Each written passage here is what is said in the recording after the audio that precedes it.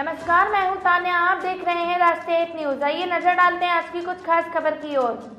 पूर्व केंद्रीय मंत्री जयप्रकाश कांग्रेस की हार पर बोले, हरियाणा की कांग्रेस की गुटबाजी को लेकर बोले, हरियाणा की बीजेपी की जेजेपी की हार को लेकर बोले, हरियाणा में लोकसभा चुनाव को लेकर बोले। ओबीसी के अध्यक्ष कैप्टन अजय यादव द्वारा दिए गए बयान की ओबीसी समाज की टिकट वितरण में देखी गई।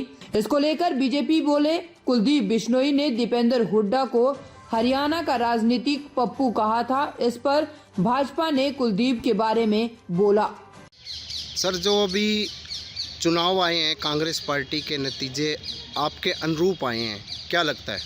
देखिए, चुनाव के नतीजे जो आए हैं ये तो ठीक है कि कांग्रेस पार्टी तीनों स्टेटों में हार गई, लेकिन ये निराशाजनक नतीजे नहीं है।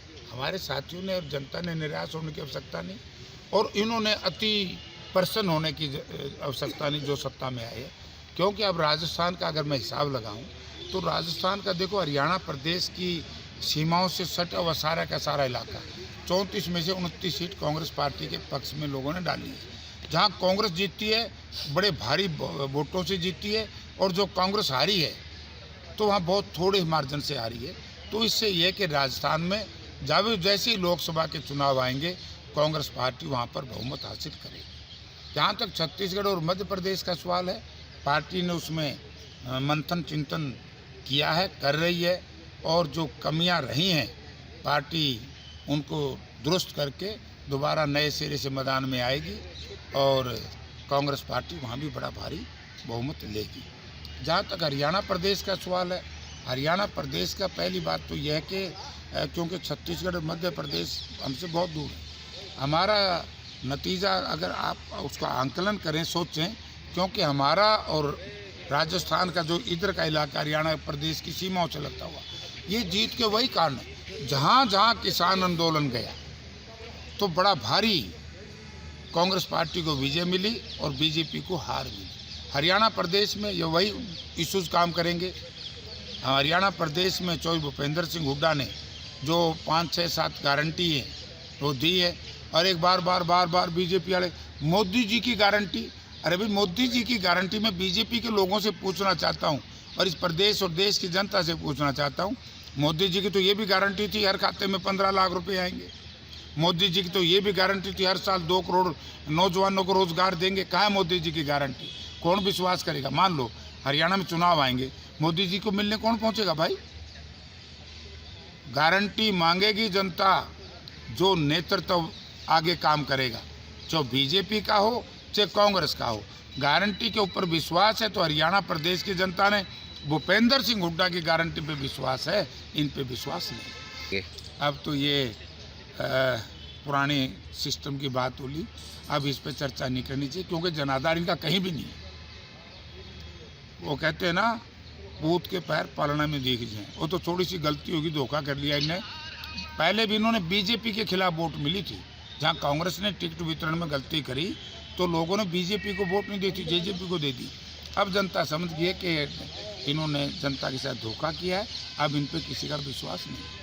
विपक्ष आपके समक्ष हर जगह हुआ, अब जिला स्तर पर, ब्लॉक स्तर पर पार्टी के अध्यक्ष उदयभान जी और हमारे हम सब के नेता चौधरी भूपेंद्र सिंह हुड्डा, हमारे नौजवान सांसद दीपेंद्र सिंह, हम लोग, हमारे साथी, आप देख रहे हो जगह जगह जनसंपर्क अभियान कितना तेजी से बढ़ाया हुआ है, इसको और तेज बढ़ाए।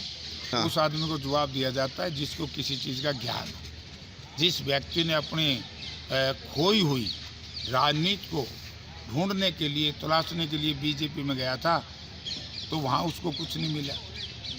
तो जिसको व्यवहारिक ज्ञान ना हो, जिसको राजनीति का ज्ञान ना हो, जिसमें परिपक्वता ना हो, जिसको यही नहीं पता कि दीपेंद्र सिंह 43 साल की उम्र में 4 बार का MP है और उसका कद कितना ऊंचा है, तो उसके बारे में इस तरह की बातें करना, अपना कुहावत है, बोले भाई बिटोड़े में तो गोश्त से निकलेंगे। अभी 3 राज्यों में जो चुनाव हुए उसमें ये कहते हैं कि जो टिकट वितरण में खामियां थी, नए लोगों को दी गई, इस कारण हार गई। एक ओबीसी को लेकर भी है, ओबीसी के समाज के लोगों को भी नहीं मिली, इस कारण भी लगता है। क्या कहेंगे आप? देखो, तो पार्टी हाईकमांड इस पर मंथन कर रही है, पार्टी जो फैसला करेगी अच्छा करेगी, और ये सही है, क्योंकि विपरीत परिस्थितियों से भी अवसर निकलते हैं, मौके निकलते हैं, सीखता है इंसान। और पार्टियां तो सीखती हैं, जो कहीं जो गड़बड़ रही हैं तो उनको दुरुस्त करके नए सिरे से मैदान में आएंगे और देश में इंडिया गठबंधन की सरकार बनेगी। क्योंकि 225 सीट तो दक्षिण भारत की ऐसी हैं जहां मीडिया ने भी मान लिया कि दक्षिण में बीजेपी के दरवाजे बंद, और उत्तर भारत में तो आप देख रहे हो आज क्या हाल है बिहार का।